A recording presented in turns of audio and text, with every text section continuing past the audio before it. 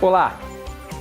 Hoje o programa abre com um texto que traz em si uma certa polêmica. Esse texto está em Zacarias, no capítulo 13, o verso 6, que diz o seguinte: se alguém perguntar que feridas são essas em suas mãos, ele responderá: são ferimentos que fui ferido na casa de meus amigos.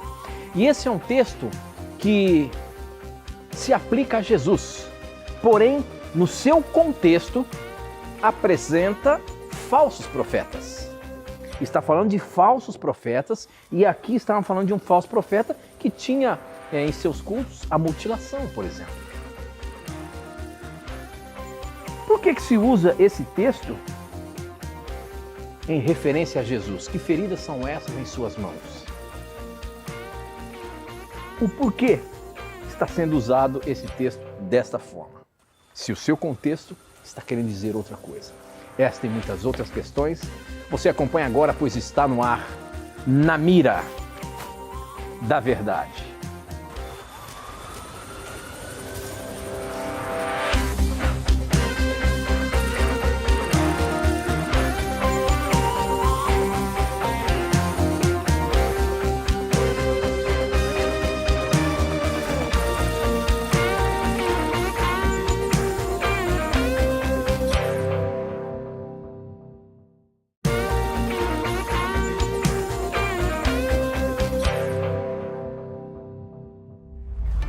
Olá, seja muito bem-vindo. Estamos começando mais um programa Na Mira da Verdade. Este programa que é um programa que tem a sua participação direta, o programa mais interativo aqui da grade da Novo Tempo, onde você participa na hora com a gente aqui, mandando as suas perguntas, os seus questionamentos.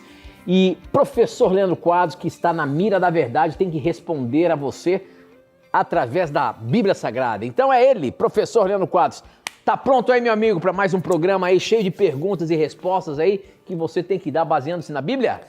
Eu espero, rapaz, estar pronto. Espero que o nosso telespectador continue enviando perguntas que eu saiba responder e as que eu não sei que Deus deixe para outro momento, né? Mas obrigado ao nosso telespectador pela sua confiança no nosso programa, o Na Mira da Verdade.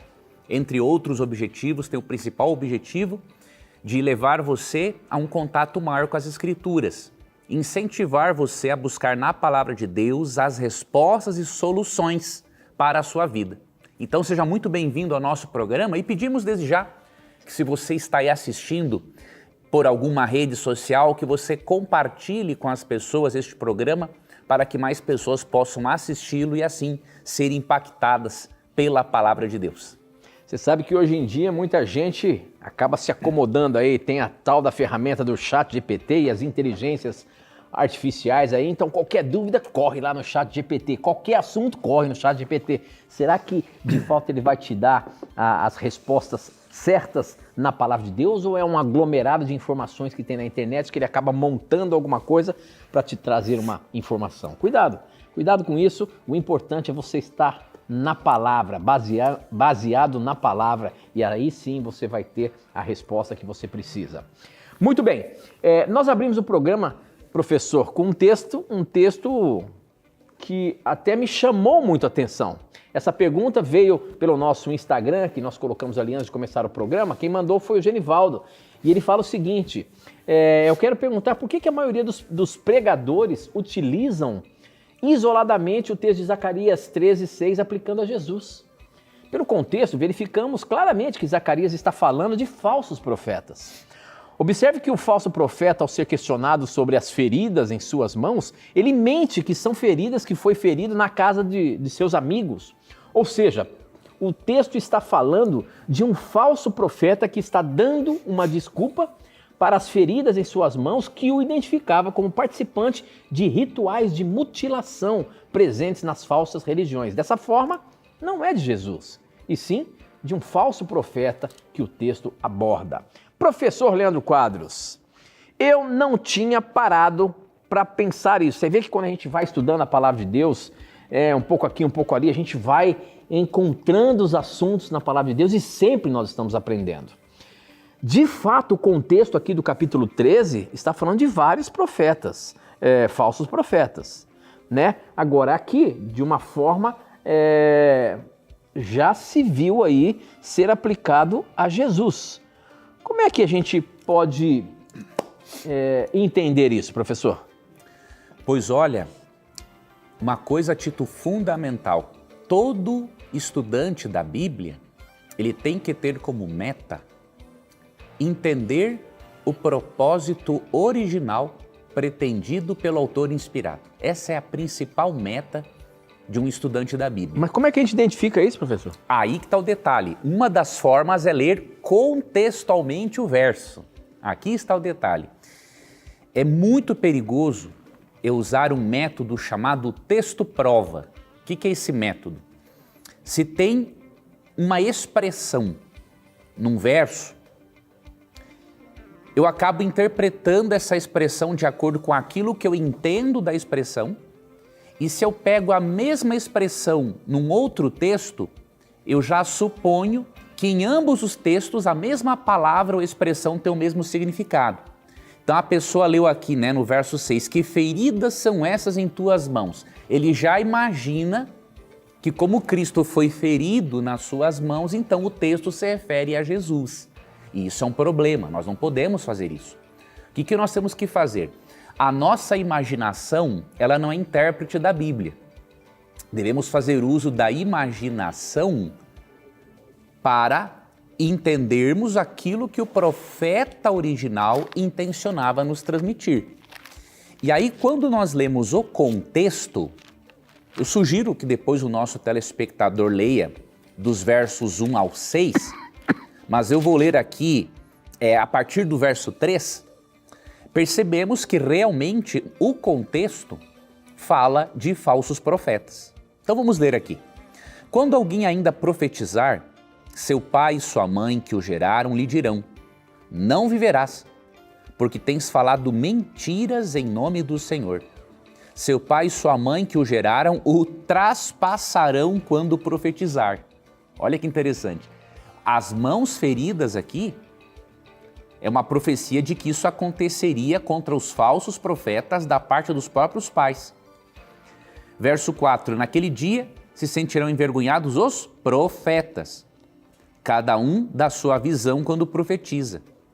Nem mais se vestirão de manto de pelos para enganarem. Cada um, porém, dirá: não sou profeta, sou lavrador da terra, porque fui comprado desde a minha mocidade. E se alguém lhe disser: que feridas são essas nas tuas mãos? Se alguém disser ao profeta, não é? Responderá ele: são as feridas com que fui ferido na casa dos meus amigos. Então veja, realmente esses profetas, eles praticavam ferimentos em si mesmos durante cultos idólatras para chamarem a atenção das divindades pagãs.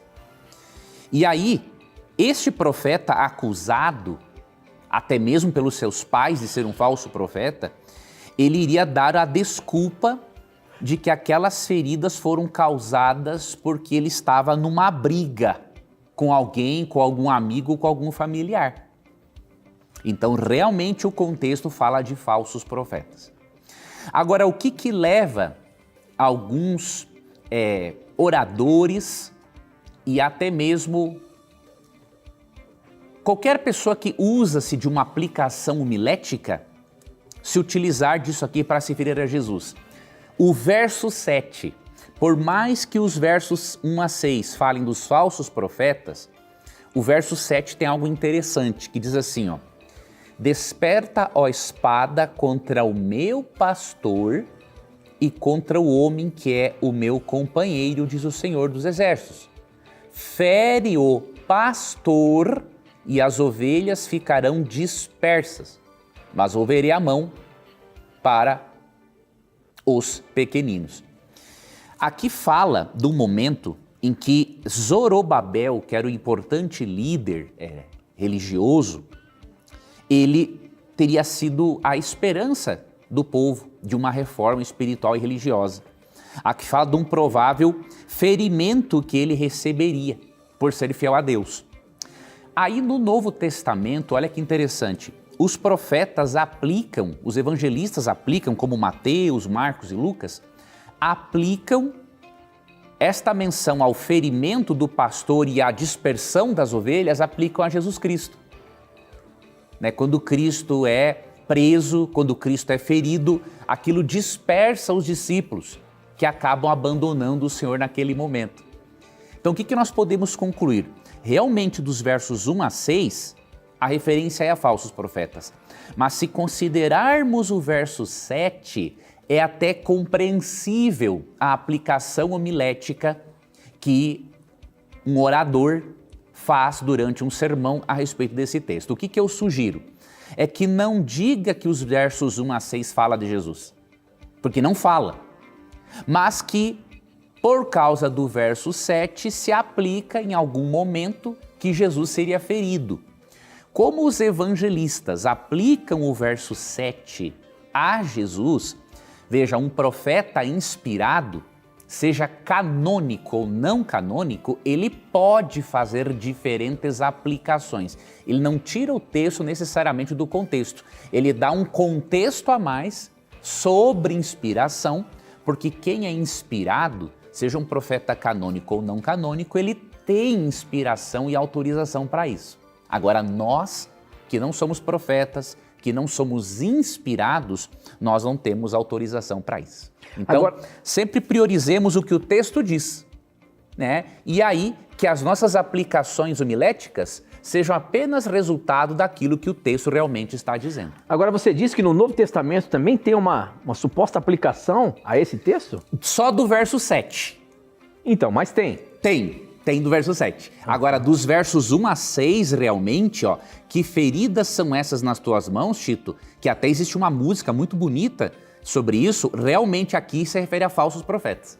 Mas no verso 7, quando fala de um pastor sendo ferido, aí os evangelistas aplicam o verso 7 a Jesus. Mas realmente, do 1 ao 6, eles já não aplicam a Jesus. Então, mas aí acabam capturando o verso 6 para fazer uma ligação com o 7, representando as feridas nas mãos de Jesus. Isso aí não é uma coisa que temos que ter cuidado, porque se o autor original, até o verso 6, fala de falsos profetas, e só no verso 7 os evangelistas aplicam a Jesus, então o correto é nós sermos bem bíblicos e falarmos, ó, dos versos 1 ao 6 é só referência aos falsos profetas. Já a partir do verso 7 tem uma referência que os evangelistas aplicam a Jesus. Então, Tito, se um evangelista não aplica os 6 primeiros versos a Jesus, nós não podemos fazer, a não ser que seja um profeta inspirado. O profeta inspirado, ele pode fazer isso. Então, é muito importante sempre priorizarmos aquilo que o texto bíblico quer nos dizer, porque aí,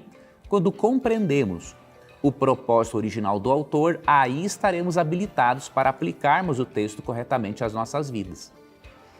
Muito bem, muito bem. Agora, uma outra coisa que a gente deve também defender é o seguinte, né? Por exemplo, o texto, que feridas são essas em tuas mãos, que feridas são essas em teus pés, não quer dizer que está usando o próprio texto de Ezequiel 13:6.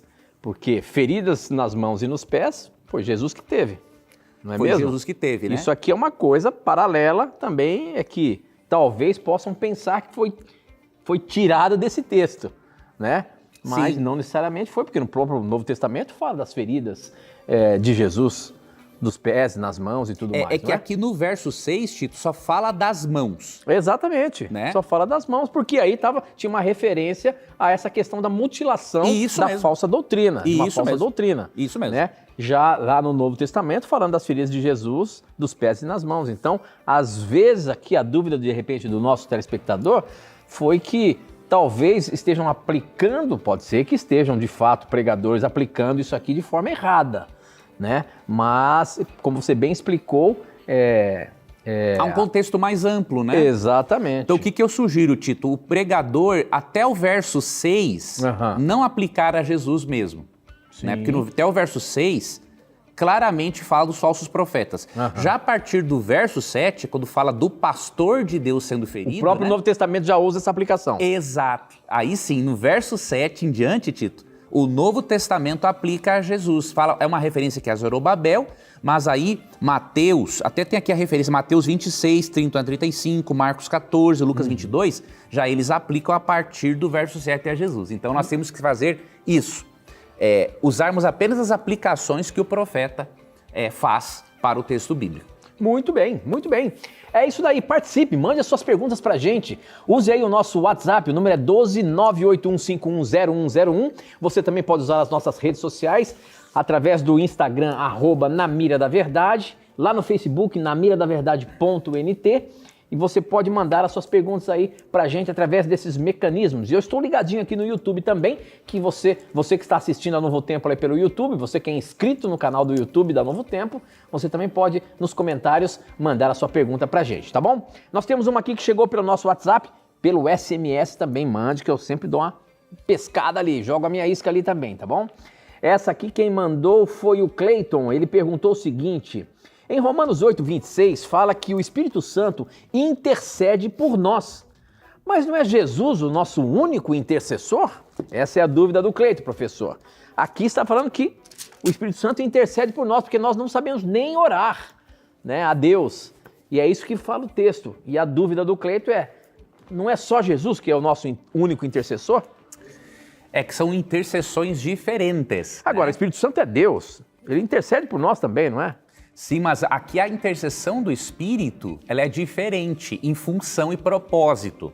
Em 1 Timóteo 2,5 é dito que Cristo é o nosso único intercessor entre Deus e os homens, e 1 João 2:1 e 2 o apresenta como advogado. Então a presença dele diante de Deus Pai é a certeza de que nós somos absolvidos no dia do juízo. Então, a presença dele diante do Pai garante o nosso acesso ao trono da graça. Então, isso é um tipo de intercessão. A do Espírito Santo é outra. É uma intercessão em que ele nos ajuda a orarmos corretamente. Então, é isso que diz Romanos 8:26. Vou ler aqui. Também o Espírito semelhantemente nos assiste em nossa fraqueza. Porque, olha aqui o contexto, porque não sabemos orar como convém. Mas o mesmo Espírito intercede por quê? Para nós orarmos como convém. Intercede por nós sobremaneira com gemidos inexprimíveis. Então o que o texto diz? Que o Espírito Santo atua em nosso interior para que expressemos devidamente a Deus e da forma correta aquilo que nós precisamos. Então, Jesus e o Espírito Santo são chamados de intercessores, porém os dois tipos de intercessões têm funções e propósitos diferentes e por isso não é uma contradição. Muito bem, nós temos ainda mais 2 minutinhos. Olha só a pergunta que vai entrar aqui pelo nosso Facebook. Quem mandou foi o Vilmar Moreira. Ele está com uma dúvida aqui, eu acho que vai ser fácil de responder. Boa noite, Tito. Quem será salvo pela graça se o jovem rico, Jesus falou para que ele guardasse os mandamentos? Então aqui ele está dando a entender de que Jesus, ao pedir ou perguntar ao jovem rico que ele deveria guardar os mandamentos, que para ele ser salvo, como ele perguntou a Jesus, ele tinha que ser pelas obras e não pela graça. Como é que a gente explica isso daí para o Vilmar, professor? Aqui em Mateus 16 a 22, existe essa afirmação, né, que é interpretada como uma salvação pelas obras. E aí o jovem rico pergunta para Jesus no verso 16, que farei eu de bom para alcançar a vida eterna? Respondeu-lhe Jesus, por que me perguntas acerca do que é bom? Bom só existe um. Se queres, porém, entrar na vida, guarda os mandamentos. Então, nós lemos esse texto isoladamente e podemos imaginar que a salvação é pelas obras, mas não. Olha o que acontece. O jovem fazia isso. O que Cristo quis dizer? Que o estilo de vida de um salvo é a obediência aos mandamentos de Deus. Porém, olha o que acontece no contexto. Quando esse jovem pergunta para Jesus quais os mandamentos, Cristo responde. Ele mostra aqui, especialmente a segunda tábua do Decálogo e tudo mais. E aí, tinha um problema. Ele guardava os mandamentos, mas o coração não pertencia totalmente a Deus. No verso 21 é dito, ó, se queres ser perfeito, vai, vende os teus bens, dá aos pobres e terás um tesouro no céu. Depois vem e segue-me. Então, como ele, o ídolo, o Deus dele era o dinheiro, neste caso, Cristo pediu para que ele vendesse tudo e desse aos pobres. Se o Deus dele não fosse o dinheiro, Cristo não teria pedido isso. Porque para várias pessoas ricas, a Bíblia não pede que doem os seus bens para os pobres, dessa forma, não é isso. Mas como para ele era um ídolo, o que acontece? A obediência aos mandamentos era importante, tornava ele um bom cidadão, mas não o tornou uma pessoa salva, porque o coração dele não pertencia a Deus. Então, por isso que é importante analisarmos um contexto mais amplo para vermos que para ele ser salvo, o coração tinha que pertencer a Deus, ele ser salvo pela graça, mas que o estilo de vida, obviamente, de um salvo vai refletir a transformação que o Espírito Santo executa, né? Exerce no interior de uma pessoa. Ok, muito bem, professor. Nós temos que ir para o intervalo rapidinho, mas aproveite aí o intervalo, formule a sua pergunta e manda para a gente. A gente volta já já.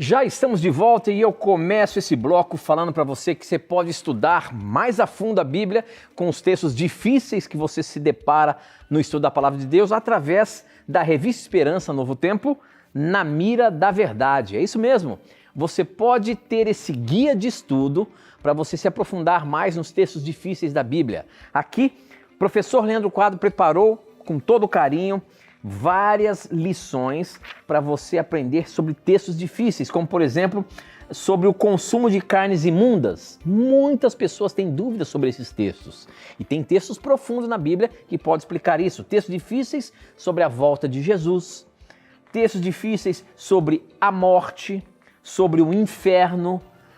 Ou seja, você tem muito conteúdo interessante e mais profundo para você aprender sobre os temas que também são apresentados aqui no Na Mira da Verdade. Então peça agora mesmo, ligando para a gente, 0 operadora 12 2127 3121, você vai fazer o seu cadastro para que ele possa chegar gratuitamente aí na sua casa. Peça agora mesmo, milhares de pessoas já pediram essa revista já saiu daqui, olha, milhares dela, mas talvez você ainda não pediu a sua. Então peça agora mesmo, liga pra gente, anota aí o telefone, tá aí na tela, 0 operadora 12 2127 3121 e você vai ter um belo estudo bíblico sobre temas difíceis da Bíblia que você se depara ao ler o livro sagrado, tá bom? Pode pedir aí, não vai custar nada. Muito bem, tem mais uma pergunta que chegou pelo nosso Instagram aqui, quem mandou foi o Luan Henrique, e a pergunta do Luan, ele diz o seguinte, boa noite Tito, professor Leandro, eu sou da Assembleia de Deus, muito obrigado, eu tenho carinho de colocar as perguntas dos nossos irmãos das mais diversas denominações religiosas. Pode citar a sua denominação religiosa, você é meu irmão, nós queremos juntos estudar a palavra de Deus. Sou da Assembleia de Deus e gostaria de saber qual é a natureza do inferno segundo a Bíblia? Punição eterna ou aniquilação? Olha aí, é mais um assunto que a Revista Esperança poderá abordar. Mas professor, responde aí, qual é a natureza do inferno? É punição ou aniquilação? Muito boa pergunta. Como o Tito falou, na revista Na Mira da Verdade, nós abordamos alguns textos difíceis sobre o inferno. Eu recomendo muito que você peça a revista, que você faça esse estudo, e porque você vai perceber que a doutrina aceita pela maioria do tormento eterno, ela não tem base bíblica e nem base lógica. Tá? Eu sei que pode parecer chocante isso a princípio, mas eu quero lhe mostrar esta crença como nós a adotamos, e você vai perceber que não há nada de sectário nisso, tá? Em primeiro lugar, devemos recordar que a Bíblia não ensina a existência de um inferno hoje. A Bíblia ensina que o lago de fogo será aceso no futuro. Se você ler, amigo telespectador, Mateus 25, 31 a 46, quando Cristo fala no lago de fogo, preparado para o diabo e seus anjos, e também quando ele fala do castigo eterno no verso 46 e do lago de fogo preparado para o diabo e seus anjos no verso 41, perceba que antes dos versos 41 e 46 é dito o seguinte no verso 31, quando vier o Filho do Homem, na sua majestade e todos os anjos com ele, então se assentará no trono da sua glória. E todas as nações serão reunidas em sua presença, e ele separará uns dos outros como o pastor separa dos cabritos as ovelhas. Veja, é só após a volta de Jesus, quando ele faz a separação entre justos e ímpios, é que eles vão para o lago de fogo do verso 41, que foi preparado para o diabo e os seus anjos. Então é muito claro isso no texto. O lago de fogo é aceso após a volta de Jesus. E quando você lê Apocalipse 20, versos 7 a 10, aí você vê que isso será após o milênio. Então eu recomendo, leia Mateus 25, 31 a 46. E quanto ao castigo eterno, do verso 46, bom, já vimos que o lago de fogo é aceso em algum momento após a volta de Cristo, de acordo com Mateus 25, 31 e 32. O castigo é eterno nas consequências e não na duração. O que eu quero dizer com isso? Analisando textos como Mateus 11, 20 a 24, Lucas 12, 47 e 48, vemos que alguns pecadores receberão muitos açoites e outros poucos açoites. Isso significa que no juízo final haverá um castigo proporcional ao nível de rejeição a Deus e à maldade praticada pelo indivíduo. Isso significa que alguns serão castigados, sim, por mais tempo do que outros no lago de fogo, sendo o diabo o originador do mal e aquele que tentou a muitos, esse vai demorar muito mais tempo ainda. Porém, o que isso significa? Que o castigo será proporcional e que após a aniquilação, o castigo será eterno nas suas consequências e não na sua duração. Por quê? Porque o indivíduo nunca mais vai ressuscitar. Ele vai passar por aquilo que a Bíblia fala em Apocalipse 21, 8, que é a segunda morte, a morte para a qual não há a ressurreição. Você percebe? O aniquilacionismo bíblico não diminui a severidade do castigo, mas ao mesmo tempo não vamos para um outro extremo, como se Deus, por exemplo, fosse um sádico que para satisfazer a sua justiça precisa atormentar para todo sempre pecadores que pecaram, por exemplo, 80 anos, na mesma proporção que o diabo, que é o pai do pecado de todo engano. É uma coisa totalmente injusta e desproporcional. Tá? Então, se você analisar esse assunto com profundidade, você vai perceber que não é à toa que vários teólogos protestantes e alguns católicos também, uma pequena minoria, já estão abandonando essa doutrina do tormento eterno. Eu até coloco algumas citações aqui na revista da Mira da Verdade para que você possa começar a se aprofundar nesse tema. Então peça agora mesmo 0 operadora 12 2127 3121. E eu tenho certeza que ao ampliar a sua compreensão acerca deste assunto, você vai formar uma opinião bíblica e você não vai para um extremo nem para o outro. Você não vai crer que Deus vai atormentar para sempre um pecador, mas também você não vai crer que todo mundo será queimado como palha. Há ímpios, como por exemplo Hitler, que vão ter que ser queimados realmente por muito tempo para pagarem devidamente por todos os seus pecados e maldades praticadas. Muito bem, professor, muito bem. Estou vendo aqui um texto que depois eu vou colocar na mira, mas eu queria colocar agora essa que está aqui no nosso SMS. Deixa eu ver o que aconteceu aqui, se ele sumiu, por que ele sumiu aqui, vamos ver. Aqui, muito bem. Aqui não fala o nome, mas fala o seguinte. Não, é o Francisco. Francisco, ele diz o seguinte: por que Jesus e o Espírito Santo não podem saber quando Jesus voltará, se são oniscientes? E na sua opinião, por que não podem saber? Por que Jesus, ele quer saber, por que Jesus não sabe a hora, o dia e a hora da sua vinda, e assim como o Espírito Santo também? A Bíblia diz que Jesus falou que só o Pai sabia, mas isso mudou depois que ele foi ao céu? Como é que é? A dúvida do nosso telespectador diz respeito a Mateus 24:36, que diz: mas a respeito daquele dia e hora, ninguém sabe, nem os anjos dos céus, nem o Filho, senão o Pai. Como entendemos esse texto? Eu abordo também, amigo telespectador, na revista Na Mira da Verdade, esse texto. Nós temos ali textos difíceis sobre a divindade de Cristo. Existem pelo menos dois grupos, tá? Textos que falam do Cristo humano, divino humano, e textos que falam do Cristo plenamente divino. O que eu quero dizer com isso? Cristo, quando falou que ele não sabia o dia e a hora da sua volta, ele tinha aqui uma dupla natureza. Ele era divino humano. E obviamente que ao ele assumir a natureza humana, ele se autolimitou em alguns seus atributos. Por exemplo, num corpo humano, de carne e osso, ele não estava neste momento como sendo onipresente. Aqui também ele limitou a sua onisciência, mesmo que ele tenha usado seu conhecimento divino em certos contextos, não para benefício dele, tá? Agora, então esse texto aqui tu tem que fazer a pergunta, esse texto fala do Cristo divino humano encarnado, ou o texto fala do Cristo divino humano glorificado? Então aqui vemos que Mateus 24:36 fala do Cristo divino humano encarnado.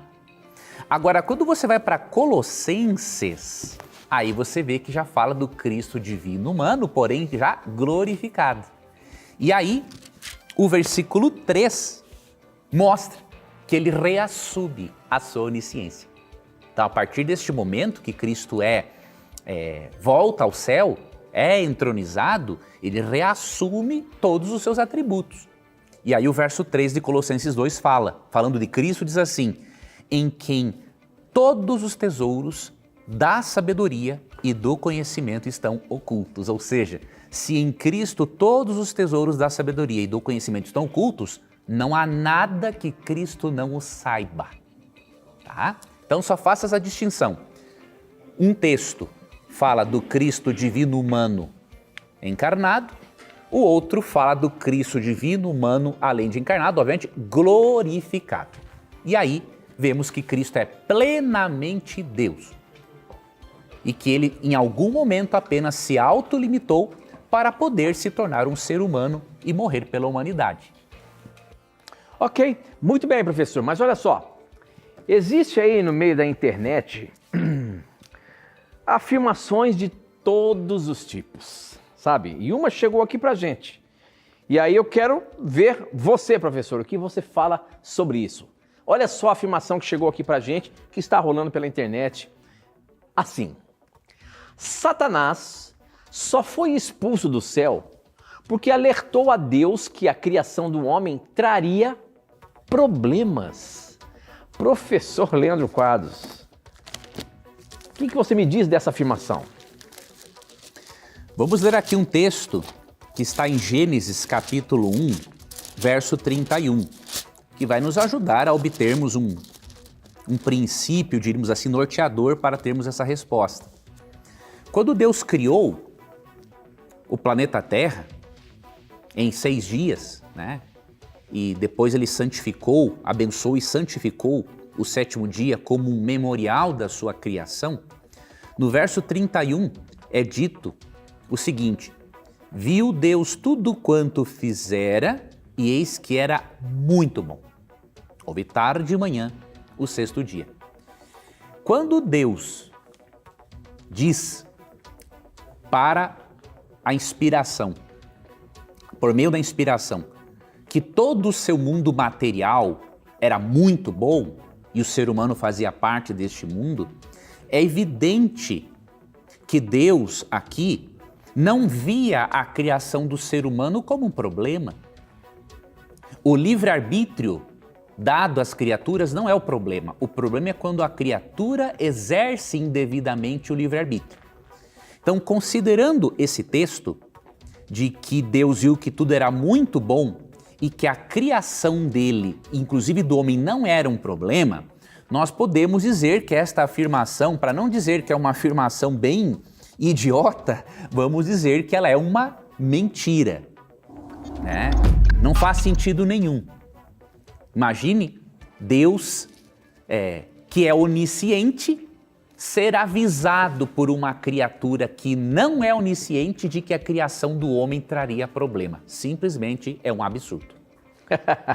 Muito bem, professor. É o que se fala aí pela internet. Várias coisas tem. Por isso que eu falo a você, a gente tem que ir à Bíblia. Temos que ir à Bíblia. Esse programa existe para motivar você a estudar cada vez mais a palavra de Deus e encontrar aquilo que você precisa. Nós estamos aqui apenas para ajudá-lo em alguns momentos a definir algumas coisas na Bíblia, mas vale a pena você estudar cada vez mais e ser como o professor Leandro Quadros, que sabe encontrar os textos na hora que precisa.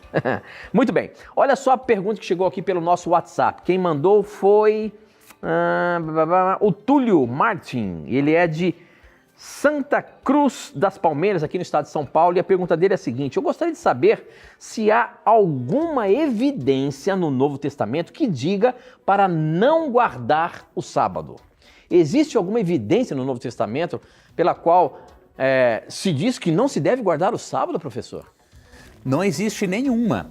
Na verdade, se o Novo Testamento apresentasse evidências para não guardar o sábado, a revelação de Deus seria uma contradição, né? Imagine os autores do Novo Testamento contradizer o Decálogo. O Decálogo, em Êxodo 28-11, de acordo com Êxodo 31-18, é a única parte da Bíblia que não foi dada sobre inspiração, né? Deus escreveu com o seu próprio dedo. Ou seja, é uma coisa séria. Imagine os autores do Novo Testamento mudando o Decálogo. O próprio Cristo disse em Mateus 5, 17 e 18 o seguinte: não penseis que vim revogar a lei de Moisés ou os profetas. Não vim revogar, vim cumprir. E aí, para explicar o significado do termo cumprir, verso 18: até que o céu e a terra passem, nem um i ou um tio se omitirá da lei, sem que tudo se cumpra. Então não existe a mínima possibilidade de um autor inspirado contradizer Jesus e ensinar que agora, após a ressurreição, o novo dia de guarda é o domingo. As pessoas não param para analisar as implicações das conclusões delas, né? Eu vejo na internet pessoas respeitosas, teólogos respeitosos, reverendos respeitosos, dizendo que agora, porque Cristo ressuscitou no domingo, o dia do Senhor é o domingo. Mas não tem nenhum texto bíblico que ensine isso. Vocês já imaginaram nós chegarmos no céu? E aí Deus o Pai vai falar o seguinte: olha, o meu dia é o sábado.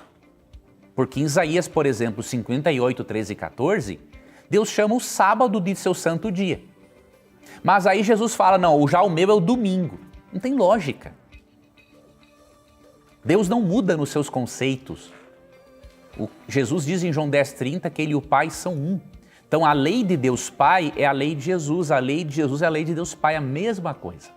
Óbvio, amigo internauta e amigo telespectador, há textos indevidamente interpretados para dar a entender que o sábado foi abolido. Dos muitos que eu poderia citar, você pode ver, por exemplo, as curas que Jesus fazia no sábado, como em Mateus capítulo 12. Tá? Tem outras curas que Cristo fez, obviamente. Então, muitos cristãos interpretam que as curas realizadas por Jesus no sábado indicam que ele mudou a lei de Deus. Mas isso é impossível. Por que isso é impossível?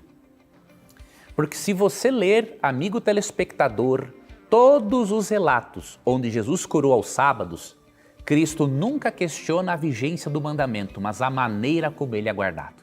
Então eu peço para você, faça essa atividade em oração e o Espírito Santo vai mostrar isso para você. Muito bem, professor, muito bem. Nós temos que ir para um intervalo rápido, mas antes do intervalo eu quero deixar uma pergunta no ar. Será que nós podemos tratar Jesus, Deus Pai, Deus Filho, Deus Espírito Santo de você em nossas orações? Não sai daí não, a gente volta já já.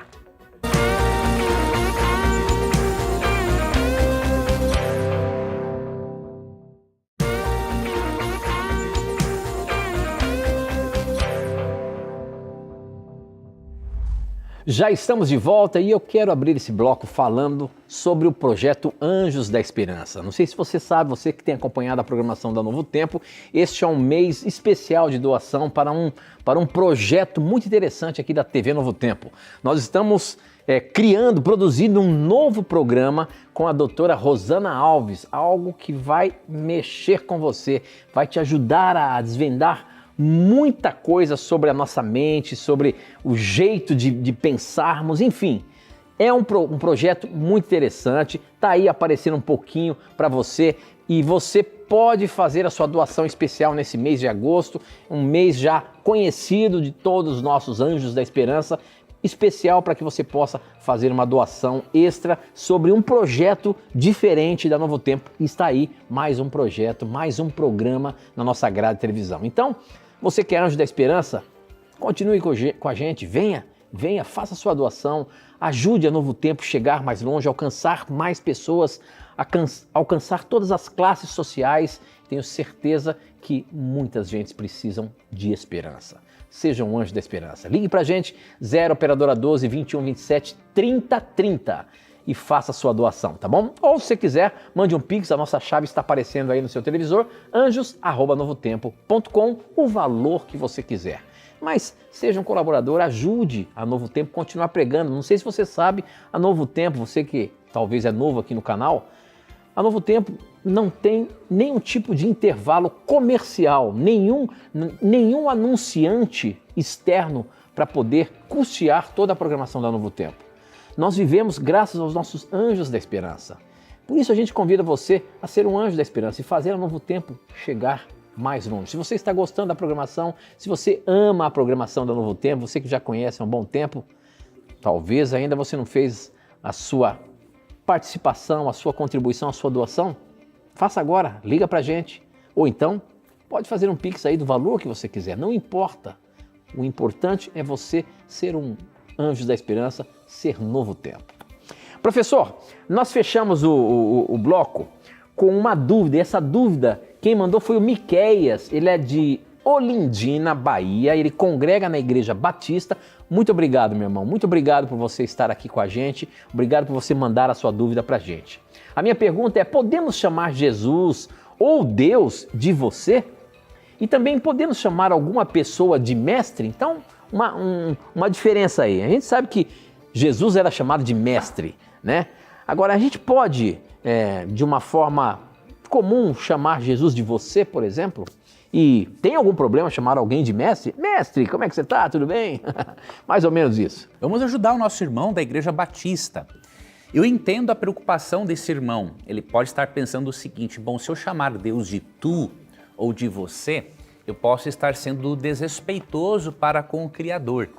E essa postura de ter uma reverência para com o Criador, ela é muito importante, muito válida, porque realmente devemos nos aproximarmos dele com respeito e com reverência. Mas eu quero ajudar esse irmão a perceber, a tirar essa preocupação da sua mente. Por quê?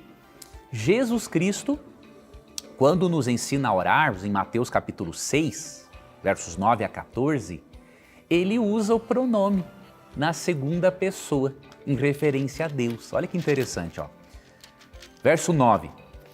Portanto, vós orareis assim, Pai nosso que está nos céus, que estás nos céus, santificado seja o teu nome.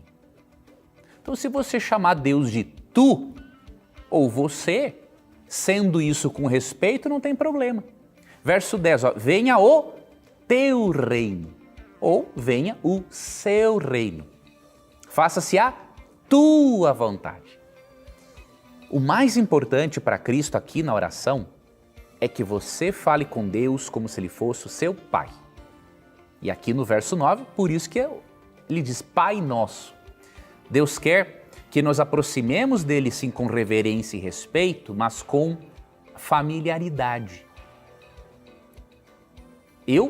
Tem momentos que eu chamo a Deus de Senhor, às vezes eu falo que tu faças isso na minha vida, eu te peço isso, eu não me sinto desrespeitando a Deus em tratá-lo de forma mais íntima.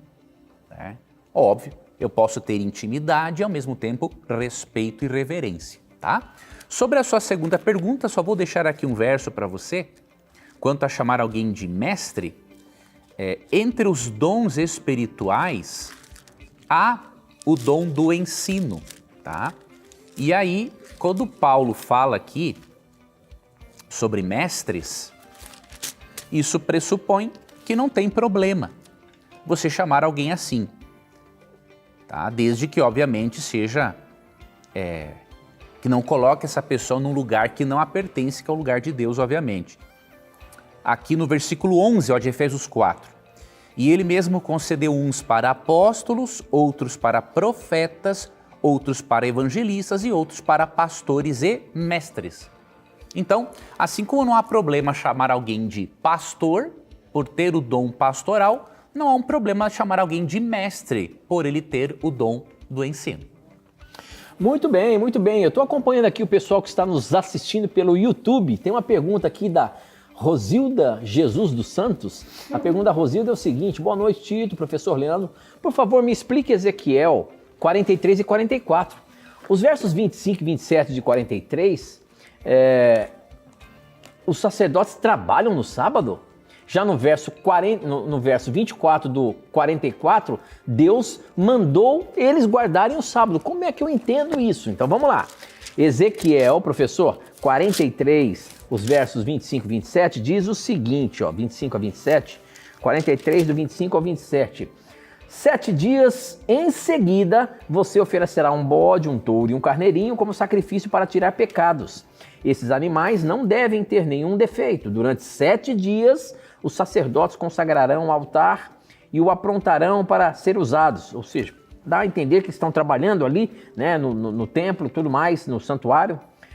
Depois dessa semana, os sacerdotes começarão a oferecer sobre o altar as ofertas que serão completamente queimadas e as ofertas de paz trazidas pelo povo. Então ficarei contente com todos vocês, eu, o Senhor Deus, falei, né? Então, dando a entender que ele trabalha 7 dias ininterruptos ali, preparando o santuário para os sacrifícios que vão ser feitos. Aí depois, em Ezequiel 44, verso 24, quando houver uma questão legal, os sacerdotes decidirão o caso de acordo com as minhas leis. Eles comemorarão as festas religiosas de acordo com as minhas leis e regulamentos e manterão santos os sábados. Então, o nosso internauta aqui acabou ficando em dúvida se ele trabalha no sábado, se ele não trabalha no sábado, se ele guarda o sábado. Como é que é isso, professor? Lembrando que é um sacerdote, né? Vamos aqui para Mateus 12:5, que já vai nos dar uma explicação para essa questão. Olha aí, Mateus 12:5. 12:5. Quando Jesus aqui está se defendendo ou defendendo os seus discípulos da acusação de que eles violavam o sábado só por colherem espigas para comer, Jesus argumenta no verso 5, ou não lesses na lei que aos sábados os sacerdotes do templo violam o sábado e ficam sem culpa? O que significa viola o sábado e fica sem culpa? Não é que eles trabalhavam de forma secular e violavam o mandamento, é porque no sábado eles trabalhavam ainda mais no seu trabalho de natureza religiosa e espiritual. Então é óbvio que, por eles oferecerem até mais sacrifícios no sábado, a natureza do trabalho do sacerdote no sábado ela era espiritual e exigia até mais dele, porque ele era o responsável pelo culto. Hoje, um pastor que observa o sábado, ele trabalha mais no sábado do que em qualquer outro dia da semana. Porém, a natureza do trabalho é diferente. O que o mandamento proíbe, em Êxodo 28 a 11, é o trabalho de natureza secular no sábado. Agora, o trabalho de natureza espiritual e evangelística, ele é necessário, ele faz parte do sábado. Então, os sacerdotes não transgridem o sábado da maneira secular. Cristo está fazendo uma defesa do trabalho deles. Olha, se o sacerdote no sábado trabalha ainda mais para manter a adoração, por que meus discípulos não poderiam comer, simplesmente colher espigas e comer, porque estão com fome? Não é? Então, não é uma contradição em Ezequiel, simplesmente você tem que pensar qual é a natureza do trabalho realizado por eles. É um trabalho de natureza espiritual, não é um trabalho de natureza secular. Muito bem, com essa resposta você também responde a pergunta da Deusanete Conceição de Souza, viu, Deusanete? Você perguntou sobre ele comer as espigas ali, professor já respondeu aí, tá bom? Bom, nós temos mais 5 minutinhos, eu acho que dá para colocar mais algumas perguntas. Essa daqui, ó. Boa noite, Tito e professor Leandro, somos católicos aqui de Taubaté. Professor, à luz da Bíblia, até que ponto é saudável julgar as outras pessoas? Ou existe um limite ou parâmetro para isso? Professor, quem somos nós para julgar as pessoas? Mas existe um limite, existe um parâmetro? Até que ponto, como ela perguntou aqui, é saudável julgar uma pessoa? Muito boa pergunta. Obrigado a esses queridos irmãos católicos que também estão acompanhando o programa. Vou mostrar para você um texto dois textos, na verdade. O primeiro, João 7, 24. Existe um tipo de julgamento que a Bíblia aprova e existe um tipo de julgamento humano que a Bíblia desaprova. Vamos começar vendo o julgamento que a Bíblia aprova e depois o que ela desaprova. João 7, 24 diz assim, ó. Não julgueis segundo a aparência, e sim pela reta justiça. Então o texto é contra julgar? Não. O texto é contra julgar segundo a aparência e não segundo a reta justiça. Então o texto é a favor de você julgar algo ou alguém, uma situação, de acordo com a justa justiça, reta justiça. Então eu posso avaliar um comportamento, uma postura, uma doutrina, uma afirmação com base na palavra de Deus. Isto é um bom julgamento. Eu tenho que ter essa capacidade de fazer um julgamento próprio para eu discernir entre o certo e o errado. Então esse tipo de julgamento é aprovado na Bíblia. João 7, 24. Agora tem o julgamento que a Bíblia condena, que é o julgamento hipócrita. E esse julgamento hipócrita é mencionado em Mateus 7, 1 e 2, que aí é um outro tipo de julgamento e esse é condenado no texto bíblico, que diz o seguinte, ó. Não julgueis para que não sejais julgados, pois com o critério com que julgardes sereis julgados, e com a medida que tiverdes medido vos medirão também. Por que vês tu o argueiro no olho do teu irmão, porém não reparas na trave que está no teu próprio? Ou como dirás a teu irmão, deixa-me tirar o argueiro do teu olho quando tens a trave no teu? Hipócrita! Tira primeiro a trave do teu olho e então verás claramente para tirar o argueiro do olho do teu irmão. Então o que a Bíblia condena é o julgamento hipócrita. Agora, o segundo a reta justiça, esse é importante, é necessário para distinguirmos entre o bem e o mal, entre o certo e o errado. Ok, professor, ok. Infelizmente, nós não temos mais tempo para colocar outras perguntas, né? Nós temos apenas 2 minutinhos aqui, mas eu quero agradecer a você. Quero dizer que, olha, várias perguntas foram pescadas, mas infelizmente não deu para entrar, né? O Wagner Oliveira, o Josué Pereira, a Meire Carnevale, o Ulisses Rodrigo, Paulo Amaral, são perguntas que chegaram aqui pelo Instagram, pelo Facebook, foram pescadas, mas infelizmente não deu para entrar no ar. Mas não desanime não, que a qualquer momento ela pode entrar no ar, tá bom? Continue mandando as suas perguntas pra gente. Professor, nosso tempo infelizmente acabou, mas te aguardo a semana que vem para ver como é que você se sai nas perguntas que vão chegar até você, hein? Vamos lá, meu caro. Até semana que vem. Deus te abençoe. Que Deus guie a sua vida, amigo telespectador. Estamos muito agradecidos por você acompanhar o nosso programa. Lembrando que sempre que você sintonizar na Novo Tempo, assistir o Na Mira da Verdade e tiver coragem de perguntar, a Bíblia terá coragem de lhe responder. Queria dizer para você que você pode acompanhar este e outros programas passados no nosso NT Play, a plataforma de streaming aqui da Novo Tempo, ntplay.com. Você encontra tudo lá. Você pode ver os programas da Novo Tempo, você pode ver este programa para você reforçar o seu aprendizado e outros também que a gente faz. É só acessar ntplay.com e você vai encontrar tudo lá, tá bom? Aqui você já sabe, sempre as suas dúvidas e os seus questionamentos estarão na mira da verdade. Até o nosso próximo encontro. Tchau!